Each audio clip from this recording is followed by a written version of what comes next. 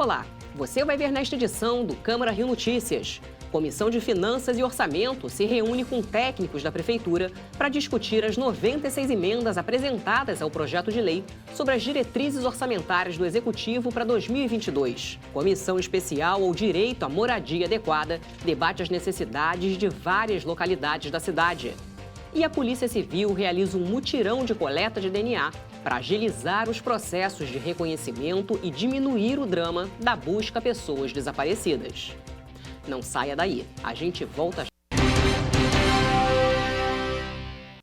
A gente começa esta edição do Câmara Rio Notícias com informações da sessão ordinária desta quinta-feira, a última da semana. O repórter Renato Chapô acompanhou.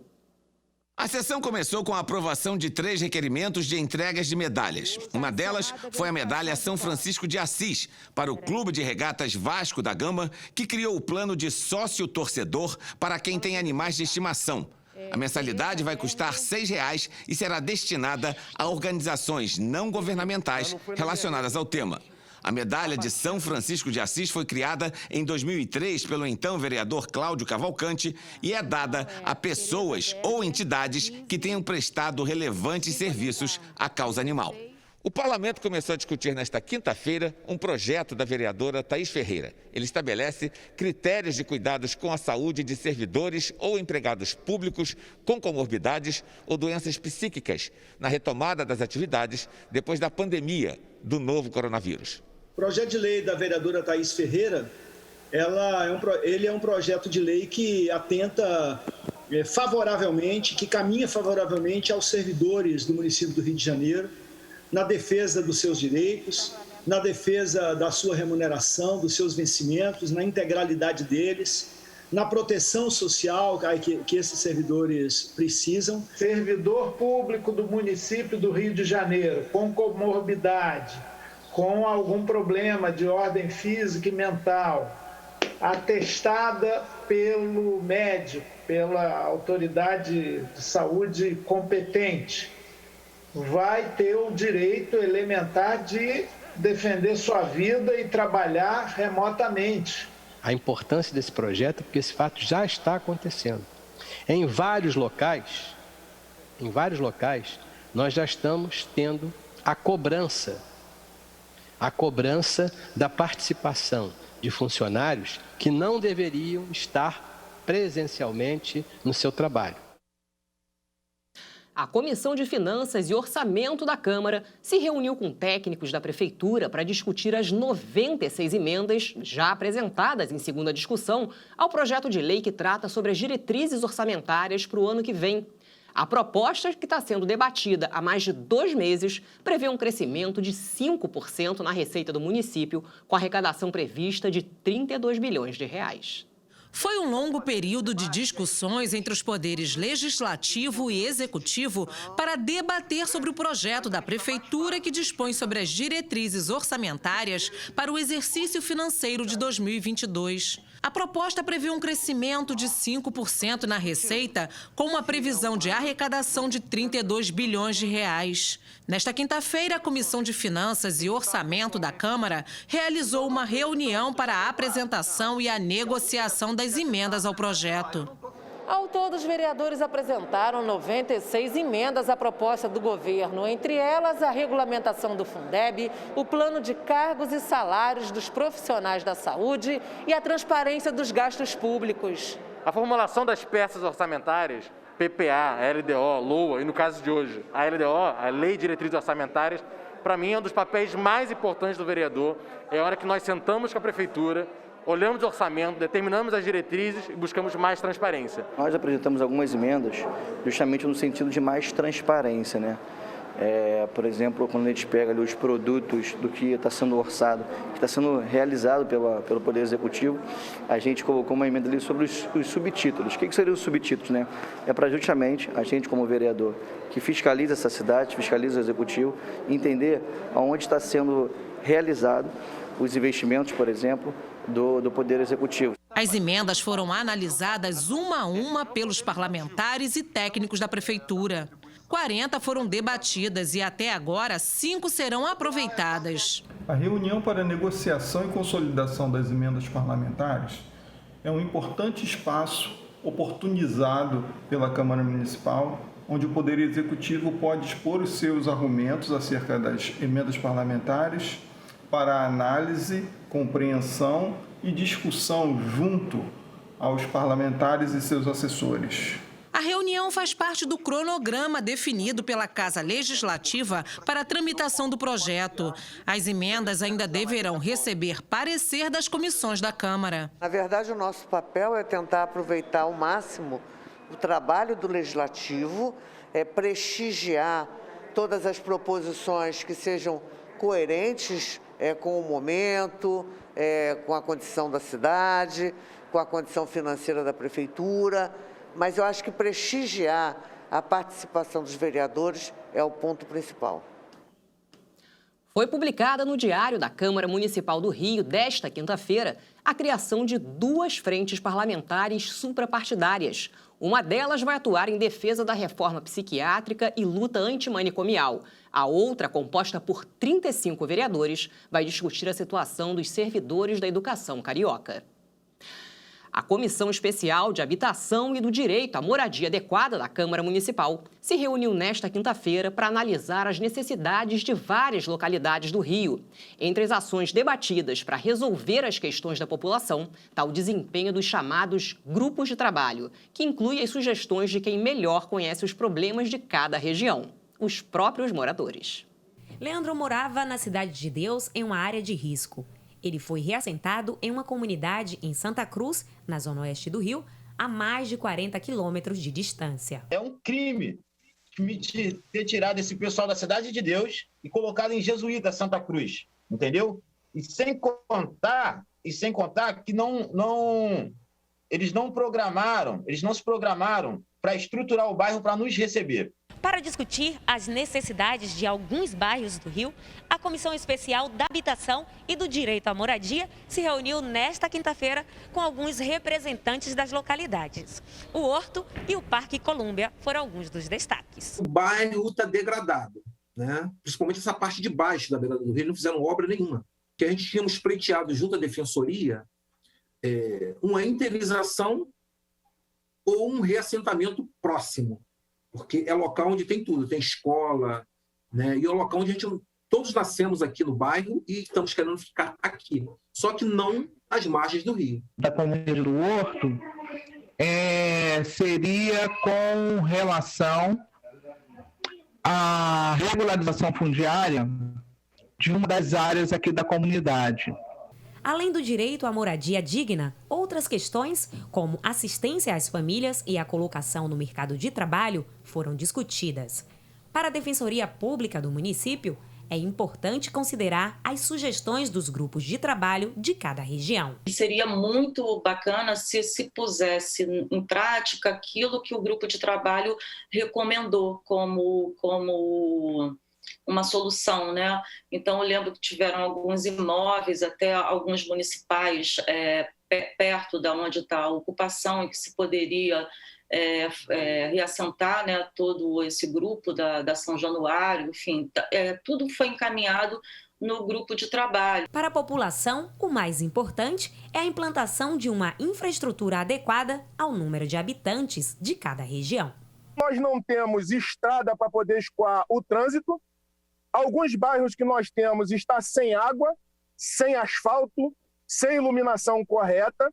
Nós não temos aqui o cuidado do meio ambiente para estar assistindo toda a nossa área com a dispensa do esgoto. A Secretaria Municipal de Habitação disse que vai analisar a situação de cada bairro.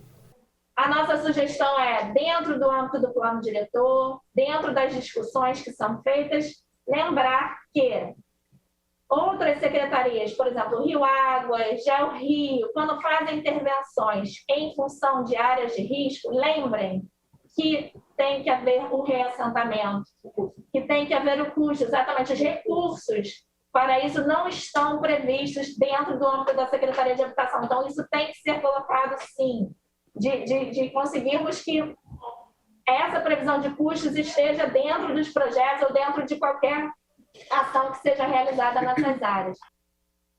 E hoje foi a vez do prefeito Eduardo Paes receber a primeira dose da vacina contra o coronavírus.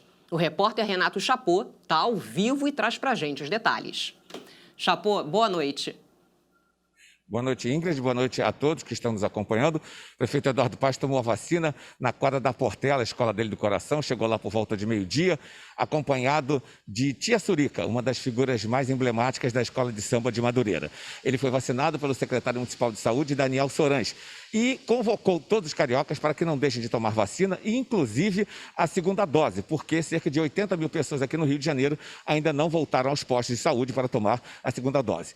No momento da vacinação, o prefeito destacou a esperança. Aspas para o prefeito. Ele disse o seguinte, que a esperança de poder voltar a viver a vida normal, de poder abraçar, socializar e, claro, poder ter carnaval. Todo mundo sabe que o prefeito é um grande fã do carnaval carioca. Hoje tomaram vacina as pessoas com 51 anos, amanhã tomarão as pessoas com 50 e no sábado a repescagem. Voltando ainda ao prefeito, ele tomou a vacina AstraZeneca e elogiou a vacina, disse que é uma vacina carioca porque é produzida e entregue pela Fundação Oswaldo Cruz, que fica aqui no Rio. Ingrid. Obrigada, Chapot. E você vai ver no próximo bloco. Campanha coleta amostras de DNA de parentes para identificação de desaparecidos. O Conselho de Ética da Câmara do Rio se reúne amanhã para que o relator do processo de cassação do vereador Dr. Jairinho apresente o parecer sobre a denúncia contra o parlamentar por quebra de decoro. Luiz Ramos Filho vai optar pela procedência ou arquivamento da representação contra Jairinho. Caso o parecer seja pela procedência, é aberto prazo de 5 dias para apresentação de alegações finais pela defesa do acusado. Jairinho está preso desde o dia 8 de abril, acusado de envolvimento na morte do menino Henri Borel. Em todo o estado do Rio, foram registrados quase 1.300 desaparecimentos só nos primeiros 4 meses deste ano. Diante desse quadro alarmante, a Polícia Civil está realizando esta semana um mutirão de coleta de DNA em parentes para agilizar os processos de reconhecimento e devolver a esperança de um reencontro às famílias. A ação faz parte de uma campanha nacional. Uma realidade triste e também silenciosa. É um desconhecido, caso é desconhecido. Desaparecimento é uma dor silenciosa. Né? Só a família que vive é que sabe. Luciene procura a filha que desapareceu próximo de casa em Nova Iguaçu quando tinha apenas 9 anos de idade. Foi numa padaria muito próxima da minha casa.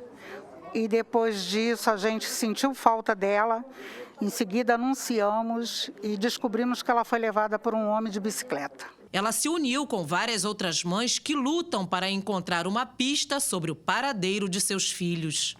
A gente tem inaugurado núcleos com psicólogo, advogado e assistente social para dar esse apoio aos familiares, que é muito importante. Isso é uma inovação que não tinha. No Brasil, cerca de 80 mil pessoas desaparecem todos os anos. Dados do Instituto de Segurança Pública revelam que só no primeiro quadrimestre de 2021 foram registrados mais de 1.000 casos de pessoas desaparecidas no estado do Rio. Nesta segunda-feira, a Secretaria de Estado de Polícia Civil, por meio do Instituto de Pesquisa e Perícias em Genética Forense, realizou um mutirão para a coleta de DNA de familiares de pessoas desaparecidas.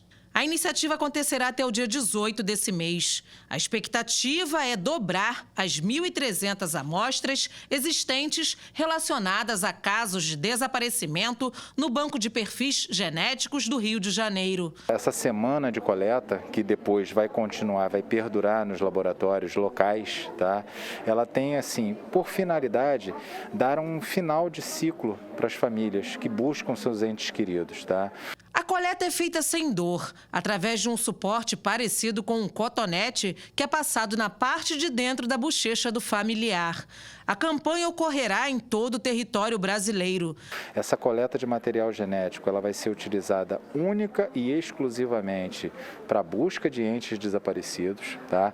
Não é utilizado para mais nada, então não precisa se preocupar com análise criminal, nada disso. Essa desinformação atrapalha muito o nosso nosso trabalho da Polícia Científica. Por quê?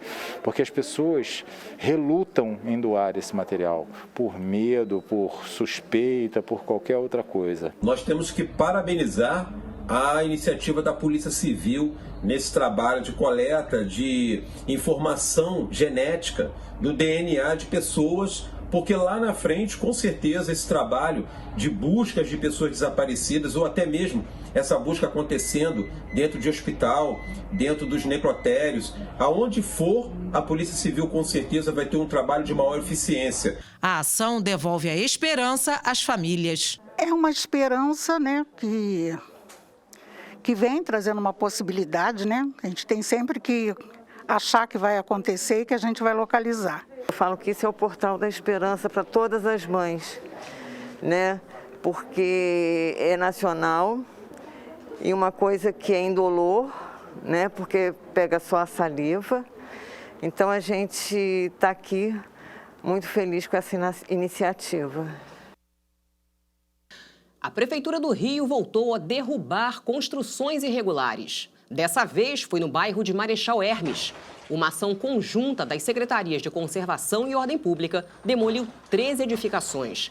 As obras eram realizadas sobre a calçada da Rua Professor Djalma Cavalcante, próximo ao muro da Supervia. Os imóveis seriam voltados para atividade comercial.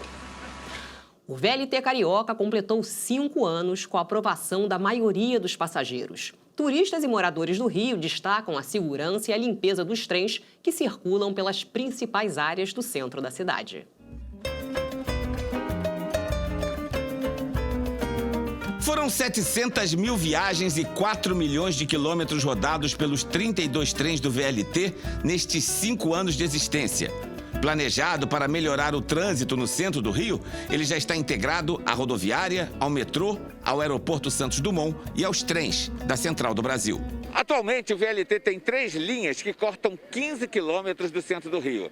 Até março do ano passado, os trens carregavam cerca de 110 mil pessoas por dia. Mas a pandemia fez esse número cair pela metade. Este engenheiro usa o VLT desde a inauguração e até agora só faz elogios. É uma condução espetacular, limpa, rápida,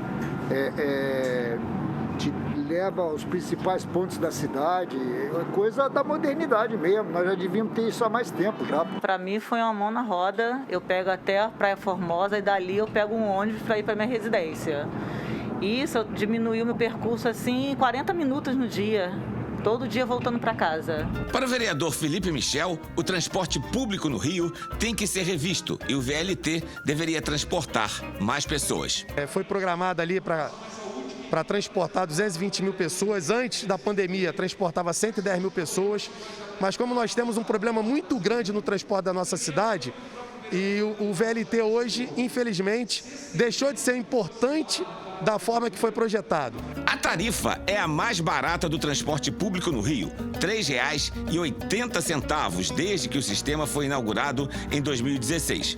O VLT introduziu no transporte público carioca uma nova modalidade de cobrança. O usuário precisa apenas validar o cartão quando entra no vagão. Isso provocou muita discussão durante o período de implantação do sistema.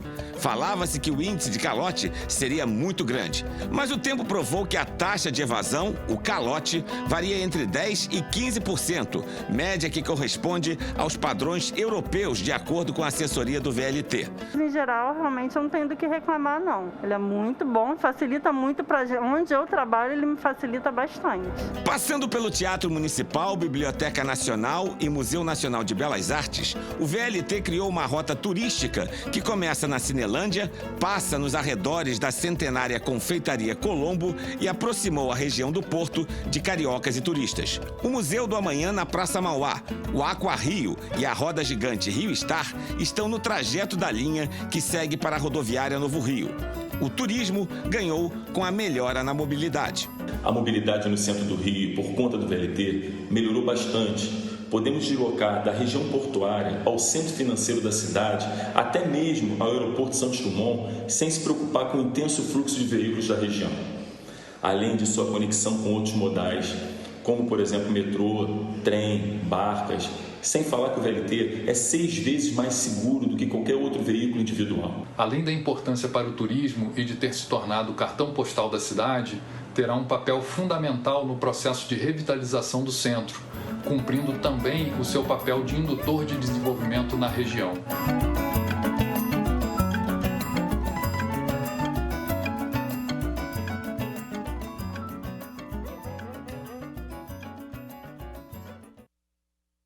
E o Câmara Rio Notícias de hoje fica por aqui. Acompanhe nossa programação em câmara.rio e também nas redes sociais. A seguir, você assiste ao programa Câmara Rio Entrevista.